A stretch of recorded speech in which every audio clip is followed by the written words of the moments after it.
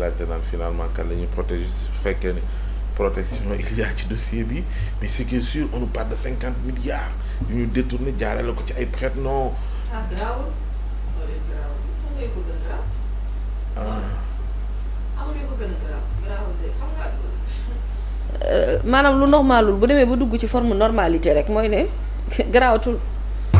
Pape nag wax dëgg yàlla moom diw moom mu ngi seet fu muy jaar pour luubal pour sàcc loolu moom nekkatul scandale ci réew mi. mais kon li ñu doon wax yëpp kon ay slogan la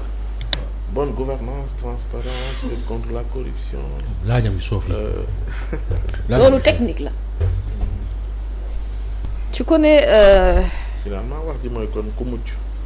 déedéet mais technique la rek technique la xam nga tey jii. ñun ñi jegewul ñun ñi jegewul. waaw mais nañu jege duñ ci mucc de. man de ku ma su ma bëggul ku ma jiiñ dara daal damay seet fu mbooloo mi riirandoo bi gën a nekkee rek ma buur foofu. waaw àndandoog ñëpp nag ak sama garde dëgg yàlla of nag moom merci rek ndax bu doon moom rek rapport dootul amati sens su rapport moom su rapport. maître rapport sans su rapport tigi wax dëgg yàlla of nag moom jërëjëf gërëm nañ ko sant ko ñun xamee ne sans rapport ci seen tif kookoo mën rapport waaw Cour des comptes ci rapport yi nu nëbboon man ko ne fàng dàng Papa Assane ne dindi leen mit bi mitu rapport génn foofee la ñu xam nag luy rapport mais pour of nag yow nag of nag noonu waa of nag moom rapport yi rek la moom rapport bii rek la mën a wax ana rapport yi ko jiitu ana rapport yi dañoo réer sunu Seynabou Ndiaye Diakhaté waxoon na fi kilifa bii Bassirou Gueye mi ne ko jox naa la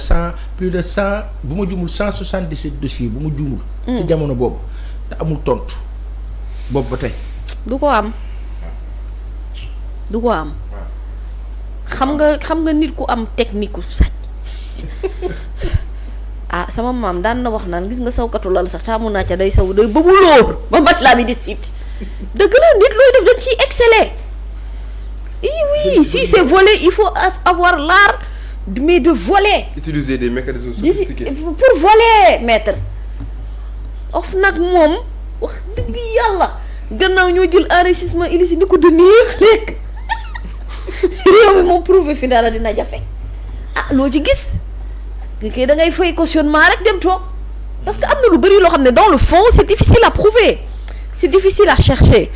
bu fekkee c'est des dossiers yoo xamante ne nee nañ dañ koo classé ba pare moo Pape lu nu classé moom lu ñu leen di waxati sax ak di ko fësal léegi nii tàng xol bu tàng rek lay jóg. jaaxle ci ni anam gi ñu ko classé. ak non koppar yi ci tudd. non franchement c'est-à-dire que. écoute ñuy def ba. Pape. yooyu dootul amati. Pape man of nag sax ban koy def di ko taxawal yàlla xam na ne bokkoon naa ci nit ñi nga xam ne bokkuma woon ci ñi ci doon jubilé parce qu'en fait man maa gëmul le fait de créer des institutions soi-disant pour xeex dara mais da nga bëgg xeex dara yow tu as une justice qui est là mais utilise cette justice pour xeex loolu finalement toutes ces institutions là ces organismes là et organigrammes yooyu ñu jël di ko créer di ko teg mais c'est quoi leur utilité of nag la mooy utilité ça a été une ruse dañu woon créé pour ñee la of nag pour ñu waa léegi ana créé ana créé pour ñoom la waaw mais ñoo yëy nag ruse la finalement c'est de l'intelligentsia franchement chapeau oui mën naa justifier toute sa pertinence su Mohamed Ayib Daffé président majorité parlementaire bu Pastef ne ci suñu mbokk yu Sud Quotidien ne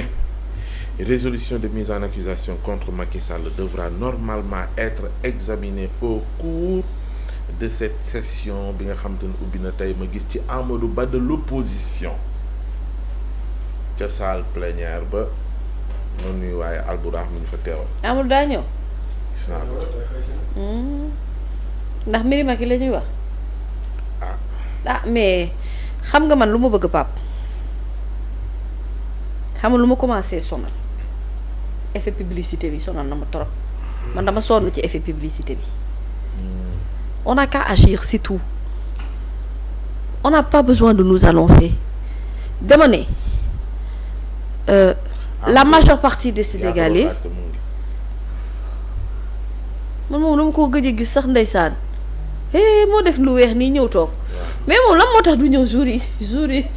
PM Sonko di ñëw assemblée nationale moom daal bu yeneen jours yi moom daal moom il est abonné absent tey daa décidé xëy ñëw c'est très bien xam nga Amadou Ba bi mii mu dañu waxante dëgg genre yu mel ni Amadou Ba ak ñu mel ni ñoom c'est-à-dire biir assemblée nationale bu dee da nga bëgg a dégg dëgg rek ñi nga xam ne du ñu xëy du ñu liggéey te bu weer dee ñu laal salaire ñi lañu war a génnee assemblée nationale parce qu'un député qui ne travaille pas alors que yow tu occupes le siège boo xamante ne yow nee nga peuple bi moo la fi teg saa waay ngay woote nouvelle responsabilité te yow responsabilité tous ñebe muy buti jëloo ko ci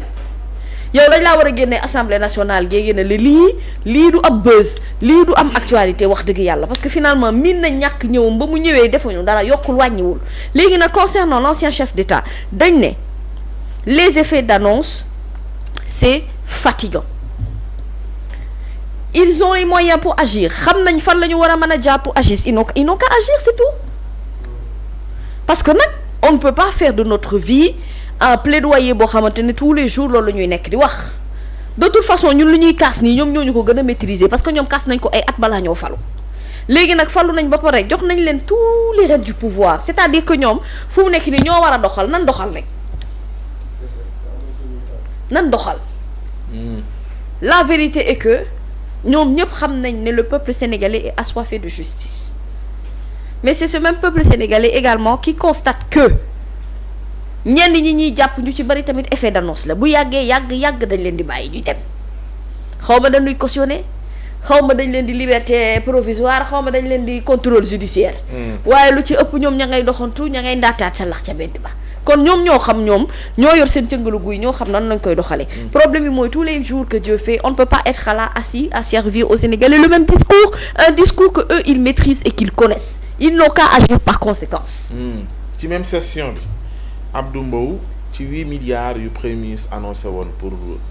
département bu Bakel ak bu yaakaar naa Matam ak ci aju ci xeetu mbënd ba fa amoon suñu ko mënee tudd noonu ci fleuve bi doon waame ne dinañ ko jàppalee askan wa fa ne moom nee na dàqu ñu ubbi ab commission d'enquête parlementaire ngir mbir yi leer ndax am na ñu leen woo den wax ni su dee ni koppar yooyu génn dañu ko jox askan wi ñoom jotuñu ci ba société civile bi tamit àddu ci ñoom it nii dinañ porter le plaidoyer dàqu ñu sax ba yóbbu ko à l'international ngir mbir yi leer ci mbirum juróom-ñetti milliards yooyu ñuy njortu ni soo moytul jaar na feneen fu dul fi ñu wax. xam nga Pape lu mën a xari ci réew mi ma wax la ko nag tey une bonne fois pour toutes xam nga réew mi lan la manqué waaw initiative xam nga réew mi lan la manqué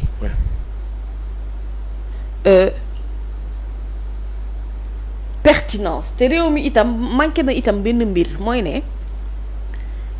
et li gën a bon ci àdduna li gën a bon man li may xeex ci sama àdduna suba ak ngoon guddeeg bëccëg xam nga mooy moytandiku nekk lan